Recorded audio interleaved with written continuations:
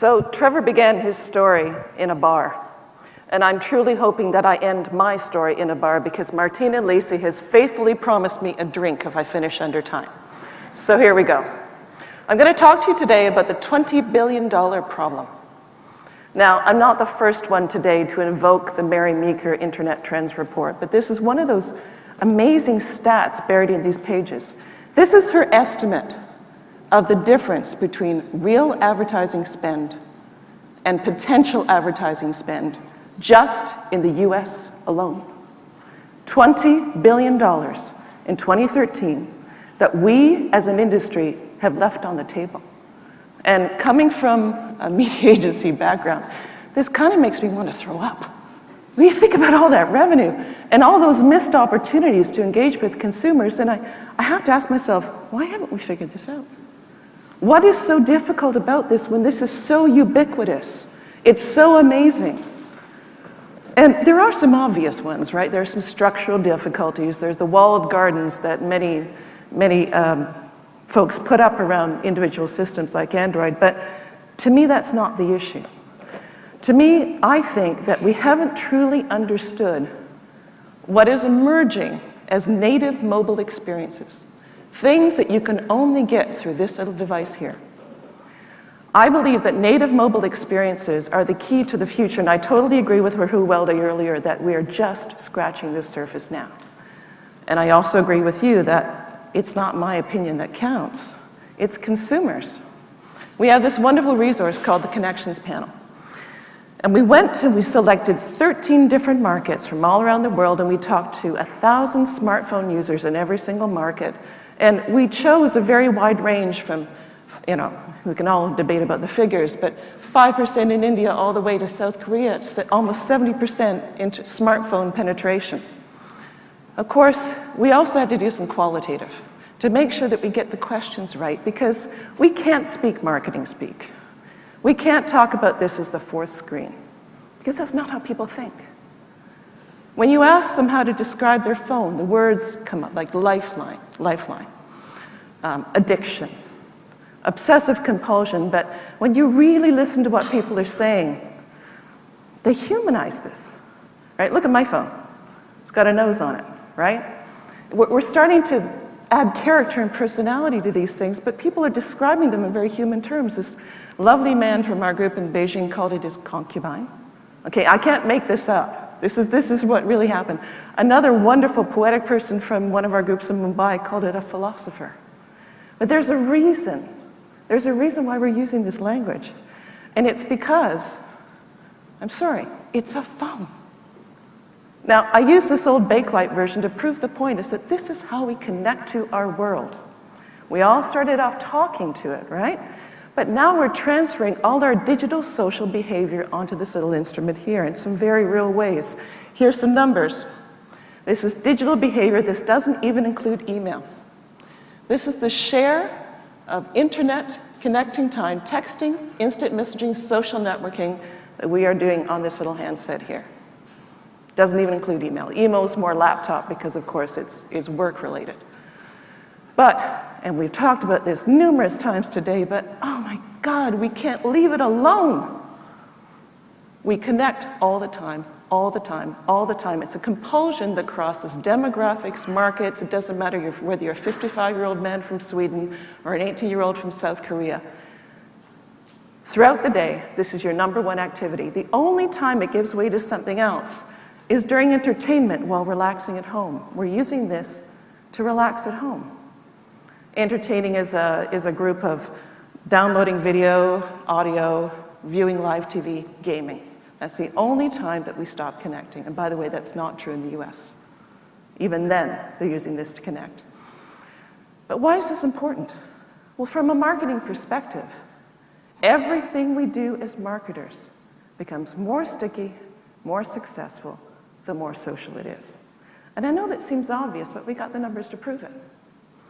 The number one application, the number stickiest application are branded social applications. 3/4 of us have them on their phones. 70% of us use it daily. 50% of it check it more than once a day. And by the way, this is not passive. 75% of our activity is actually creating content, status updates. Gaming is way more successful once we make it social. 1/3 of it is played with someone else, social gaming. But shopping is becoming so social. And by the way, men are more social shoppers than women.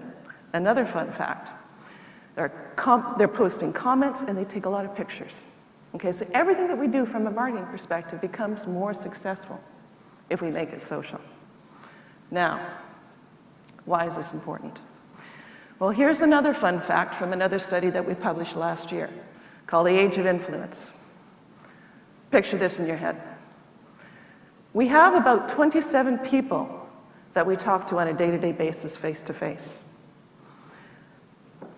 The total number of people that we talk to, including those we talk to online, is 50. So here's the difference. We talk to 23 people on a weekly basis that we have never met. That's the power of social circles. So, it's a phone. The fundamental basis of native mobile experience is that everything we do has to be social. But it's not just social once. We're missing the point. You saw how many people are checking their phones? You're doing it frequently. It's a frequency game. We have to make it easier for people to connect with their friends and family as frequently as possible through as many ways as possible, right? It's not just a one-off. So that's the base one.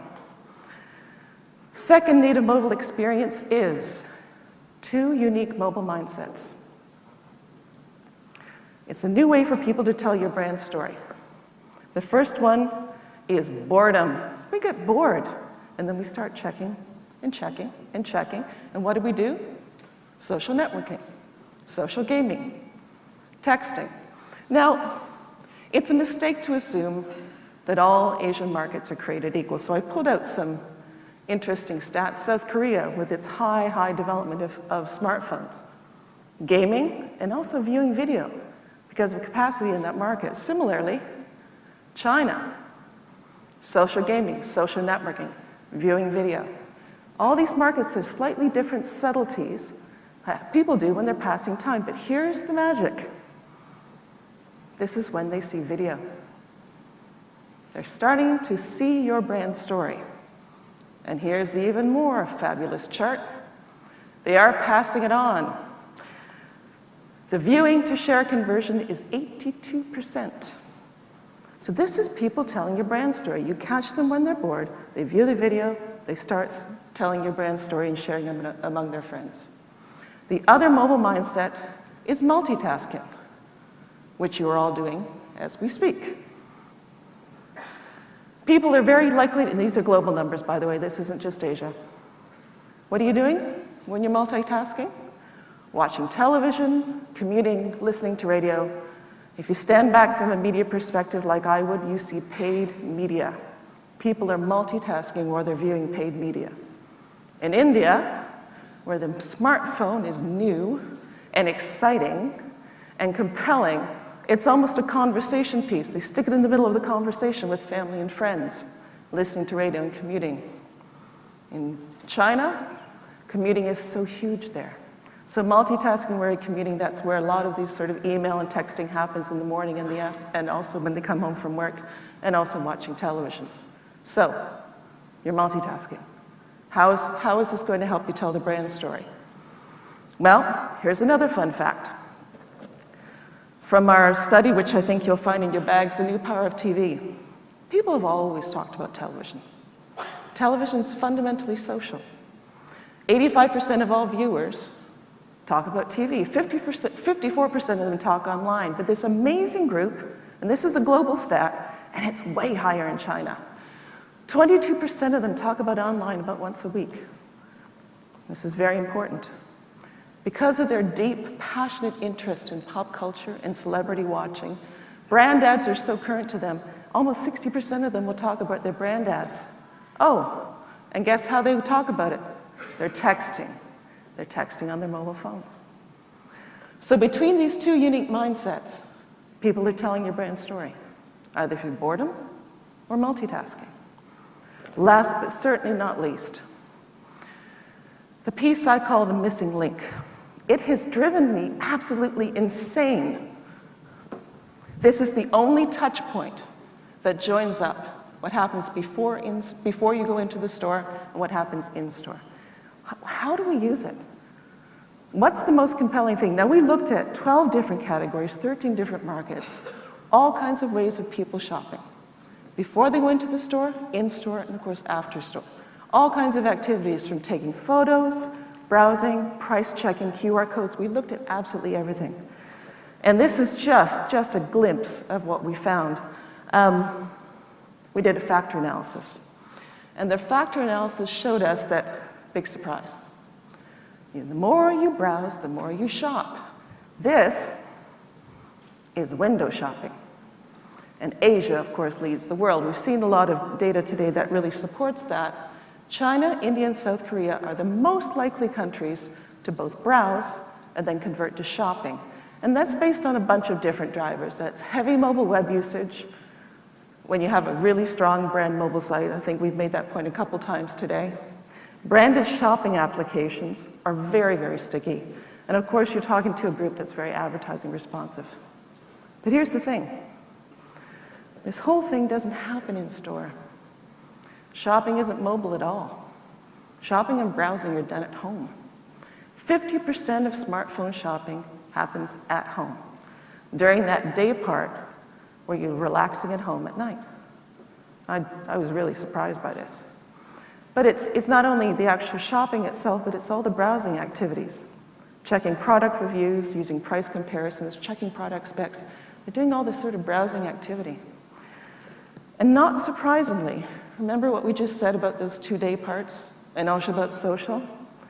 This relaxing at home, partial attention, multitasking is such a good thing because they're using this time to socialize. They're using social networking time at home and texting time at home, but also the video viewing and the video sharing. So my 2 previous points, it all comes to proof at this moment, at home, to join up mobile browsing and shopping with these 2 ideas. Because you better make a difference right now, because when they get into store, it's all about closing the deal. Of course, QR codes, they're using QR codes in store, but price comparison, product reviews, they're all about validating what they've already learned at home and applying it at shelf. So, the missing link. Make the most of that at-home browsing experience to drive brand preference before you actually get to the store. So, in conclusion, and these are building blocks, there are 3 fundamentally native mobile experiences. Number 1, be as social as you can. Frequency, as well as the means for people to share your story, because they are going to share your story, especially if you embrace these new mobile mindsets of boredom and multitasking. If you use these as apertures into the mobile experience and build them up into targeting this at-home browsing experience that will truly close the deal in terms of helping us all solve the $20 billion problem. Thank you. Thank you. Sarah Ivey from Initiative.